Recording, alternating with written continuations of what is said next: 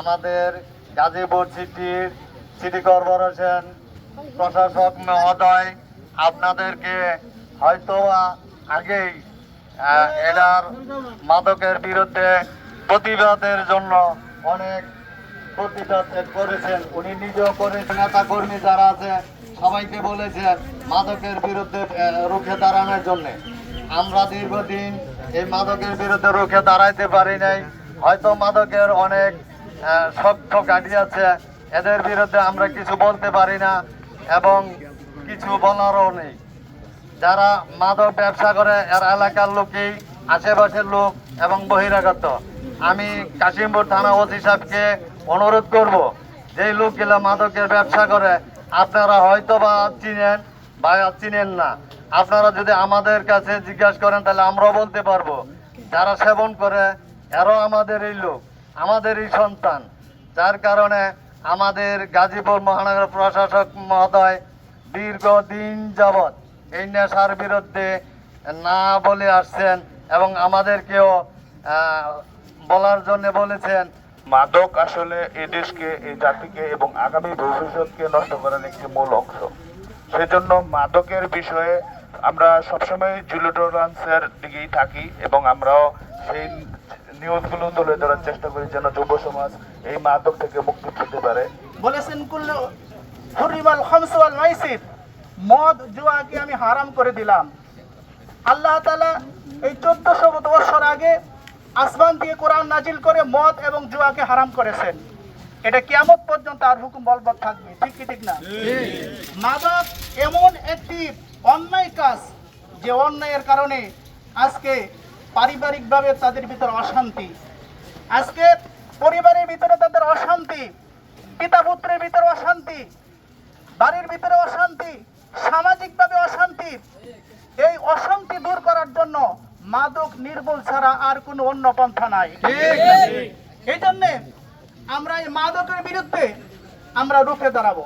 মাদক সেবন করা হারাম, মাদকের ব্যবসা করাও সেটা হারাম। এই জন্য তোমরা সেই মাদক ব্যবসাও করতে পারবে না এবং সেবনও করতে পারবে না।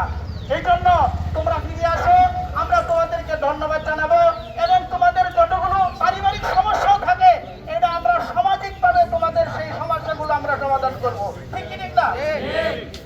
যে মাদকের বিরুদ্ধে তারা সোচ্চার হয়েছেন এবং আমাকে ডেকেছেন, সেই জন্য আমি তাদেরকে ধন্যবাদ জানাচ্ছি। আমরা ইতিপূর্বে মাদকের বিরুদ্ধে কঠোর অবস্থান নিয়েছি কাশিমপুর থানা। আমি টঙ্গী পশ্চিম থানা পর্যন্ত সেনাবাহিনীর সহযোগিতায় নিয়ে আমার নেতৃত্বে 120 জনকে ওখানে ধরে 5টা কাউন্টার ধ্বংস করে দিয়েছি। আমাকে কোনো কোনো কর্মকর্তা বলেছেন এরা খুব সংঘবদ্ধ এবং সন্ত্রাসী, তোমার ক্ষতি করতে পারে। আমি বললাম মৃত্যুর ফয়সালা আসমান থেকে আসে, আল্লাহ নির্ধারণ করে। এইসব চোর গুন্ডা বদমাশ মাদক ব্যবসায়ীদেরকে আমি পরোয়া করি না। মৃত্যুকে আমি মোটেই ভয় পাই না, আমি ভয় পাই মৃত্যুর পরে আমার কি হবে সেটাই। অতএব একই কথা এই কাশিমপুরের সকল নাগরিকের প্রতি, বিশেষ করে সারদাগঞ্জের সকল যুবক সম্প্রদায় প্রতি, যে আমরা মাদকের বিরুদ্ধে, জোয়ার বিরুদ্ধে, সন্ত্রাসের বিরুদ্ধে, চাঁদাবাজের বিরুদ্ধে, চুরি ছিনতাই ডাকাতির বিরুদ্ধে সজাগ থাকবো। আপনারা একটা কথা বলেছেন যে আমরা গোপন তথ্য ফাঁস করে দিই। না, গোপন তথ্য ফাঁস করে না, ওরা অনুমান করে বলে দেয় যে হয়তো ওই যদি লেগে যায়। পুলিশ এরকম কোনো গোপন তথ্যের কথা বলে না। আর আমি নিশ্চয়তা দিচ্ছি, আমি ইভেন আমার পুলিশের পাশের যে সদস্য আমার পাশে যে বসে থাকে সেও জানে না আমাকে কে সংবাদটা দিয়েছে। অতএব এটা নিশ্চয়তা দিচ্ছি পুলিশের পক্ষ থেকে এরকম কোনো কিছু হবে না। আগে হয়েছে কিনা জানি না, তবে এটা হয় না, ওরা অনুমান করেই বলে। আরেকটি বিষয় হচ্ছে যে আপনারা ধরার ক্ষেত্রে, গ্রেপ্তার করার ক্ষেত্রে এই মাদক অবৈধ কোনো কিছু যদি কারো কাছে পাওয়া যায়, পুলিশ যেমন গ্রেপ্তার করতে পারে, আটক করতে পারে, আপনারাও পারবেন। শুধুমাত্র আপনারা পারেন না কোর্টে সোপর্দ করতে, কিন্তু আপনারা আমাদের কাছে সোপর্দ করতে পারবেন, এটা আইনেই আছে।